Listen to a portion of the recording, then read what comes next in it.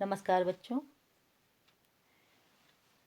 कक्षा 12वीं के आरोह पुस्तक में तुलसीदास जी द्वारा कवितावली उत्तरकांड से 2 कविता तथा 1 सवैया लिए गए हैं। इसमें कवितावली में तुलसी ने राम कथा को कवित्र और सवैयों छंद में रचा है। यहाँ प्रथम 2 छंद कवित्त हैं तथा तीसरा सवैया है जो कवितावली के उत्तरकांड से उद्धृत है। इनमें तुलसी के युग का यथार्थ चित्रण हुआ है। तुलसी कहते हैं कि श्रमिक, किसान, व्यापारी, भिखारी, भाट, नौकर, नट, चोर, दूत और बाजीगर सब पेट की आग को शांत करने के लिए कर्म और धर्म में लीन हैं। इसके लिए वे बेटा बेटी को भी बेच देते हैं। बड़वाग्नि से भी प्रबल इस पेट की आग को राम कृपा के बादल ही बुझा सकते हैं।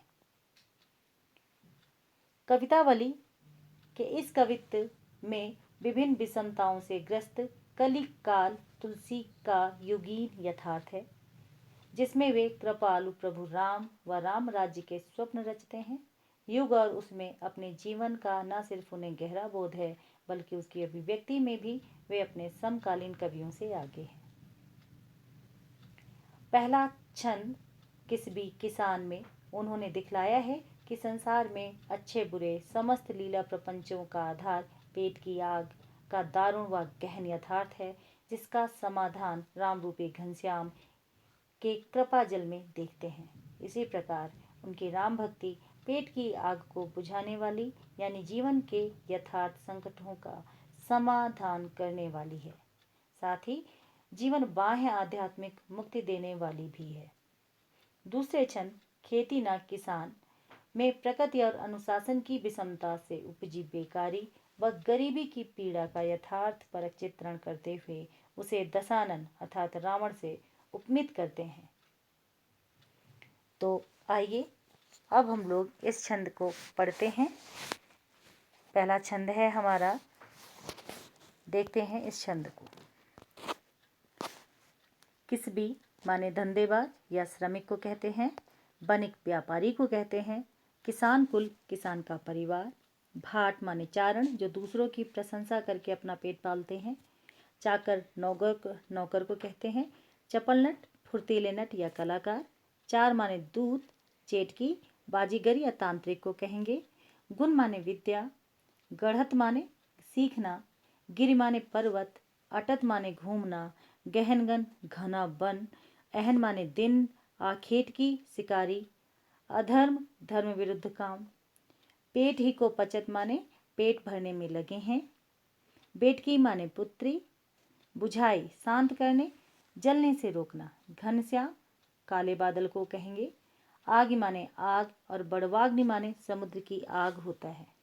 आग पेट की जठराग्नि या भूख या प्यास को कहते हैं। तो देखें आज इस कवित्त को पढ़ते हैं। किसबी किसान कुल बनिक भिखारी भाट। चाकर चपल नट चोर चार चेटकी। पेट को पढ़त गुड़ गढ़त चढ़त गिरी। अठत गहन गन अहन अखेट की। ऊंचे नीचे करम धर्म अधर्म करी। पेट ही को पचत बेचत बेटा बेट की। तुलसी बुझाई एक राम घनश्याम ही ते। आगी बड़वाग्नि ते बड़ी है आग पेट की। इसका भावार्थ देखें। महाकवि तुलसीदास ने अपने युग की समाज में व्याप्त निर्धनता का वर्णन इस कवित्त में किया है। वह कहते हैं कि मजदूर, किसान, व्यापारी, भिखारी, भाट, नौकर, चंचल, कुशल अभिनेता, चोर, दूत तथा बाजीगर आदि सभी पेट भरने में लगे हुए हैं। लोग पेट भरने के लिए ही कोई भी विद्या सीख रहे हैं, कोई भी कला सीख रहे हैं। कोई जीविका की खोज में पहाड़ों में चढ़ रहा है तो कोई दिन भर शिकार की तलाश में घने जंगलों में भटक रहा है। पेट भरने के लिए लोग उचित अनुचित काम कर रहे हैं। कुछ तो मजबूरी में अपना बेटा बेटियों को भी बेच रहे हैं। तुलसीदास जी कहते हैं कि पेट की यह आग समुद्र में लगने वाली आग से भी अधिक भयंकर होती है। केवल राम रूपी घनश्याम ही इस आग को शांत कर सकते हैं।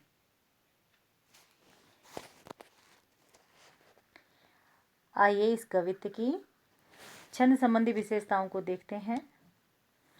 इस छंद में निम्नलिखित अलंकार हैं। व्यतिरेक अलंकार, आग बड़ वाग्निते, बड़ी है आग पेटकी में, इस लाइन में है। राम घनश्याम में रूपक अलंकार है।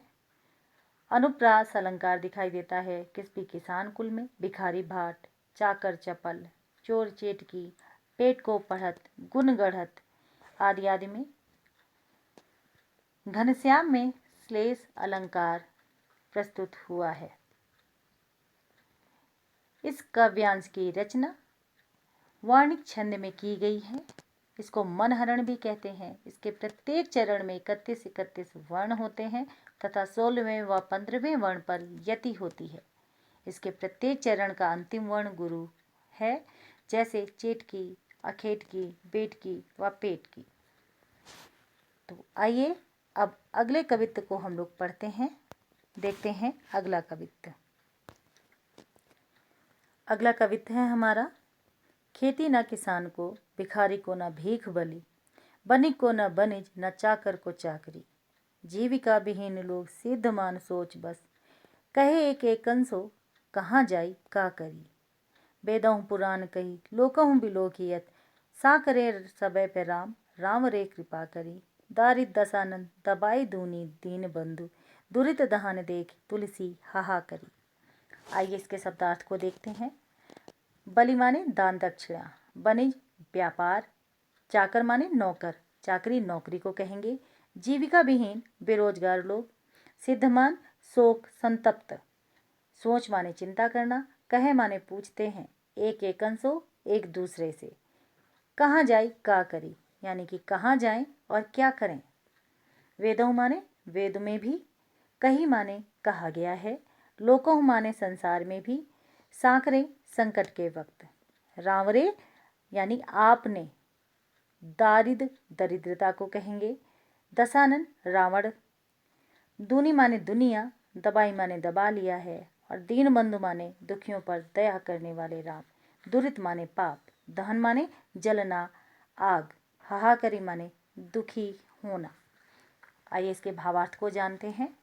खेती न किसान को, भिखारी को न भीख बली, बनिक को बनिज, न चाकर को चाकरी, जीविका विहीन लोग सिद्ध मान सोच बस, कहे एक कंसो, कहाँ जाई का करी, वेदों पुराण कही, लोकहु बिलोकियत, सा करे सबे पे राम, राम रे कृपा करी, दारिद दशानंद, दवाई दूनी दीन बंधु, दुरित दहन देख तुलसी हाहा करी।